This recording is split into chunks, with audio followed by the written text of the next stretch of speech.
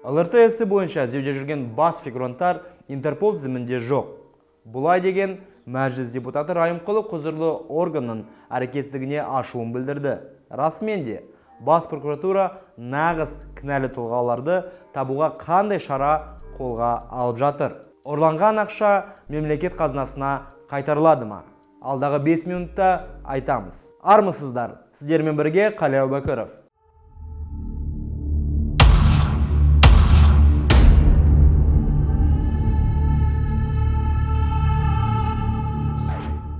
ЛРТ тақырыбына біз де бір шығарылым арнаған болатынбыз.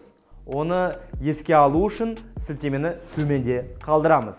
Аты шулы іс жайлы талай бұқаралық ақпарат құралдары айтса да, ЛРТ әлі де өзекті болып, халықтың засын тудырып отыр. Қазіргі таңда ЛРТ құрылысын астана әкімшілігі жандандырамыз дейді.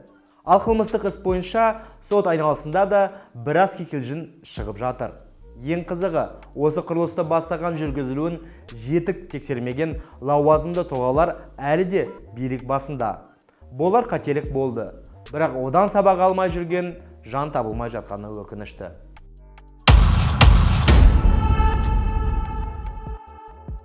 Ақжол фракциясының мәжіліс депутаты Мақсат Райымқұлов бас прокуратураның ЛРТ ісі бойынша негізгі айыпталушыны іздеудегі әрекетсіздігіне сынға алды. Сұлтанбеков пен Арданың Интерпол тізімінде жоқ. Елден ұрланған миллиардтарды олар оңай жұмсап жатқанын ашынды. Ережеге сай, Қазақстанның прокуратурасы қылмыскерлерді іздеуге тек Интерполдың бюросынан жүгінен кейін ғана кіріседі. Бірақ депутат Қазақстан тарапы құжаттардың дұрыс рәсімделмегеніне күмән келтірді.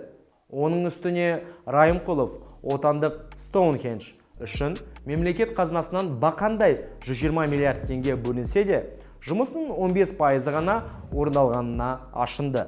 Мәжілісмен бұлай жалғаса берсе, ұрланған қаржыны Қазақстанға қайтарылуы екі талай деп отыр.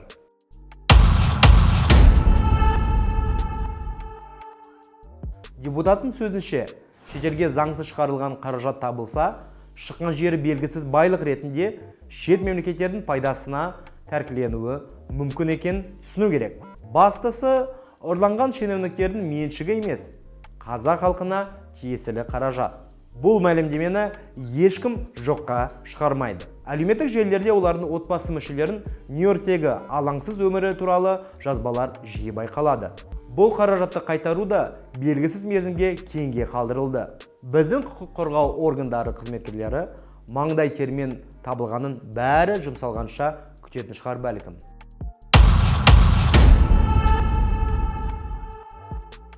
Негізінен елімізде жемқорлықпен не басқа қылмыстық кодексін ауыр баптармен сотталғандар жазаларын толық өтемей жүр.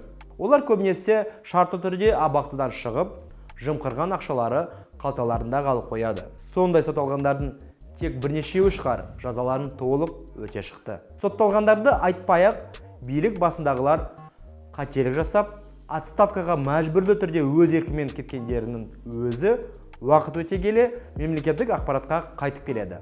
Нәтижесінде қосылғаштардың орнын ауыстырғанымен қосынның мәні өзгермейді демекші, саяси элита тұрғысынан айтарлықтай өзгерістер жоқтың қасы.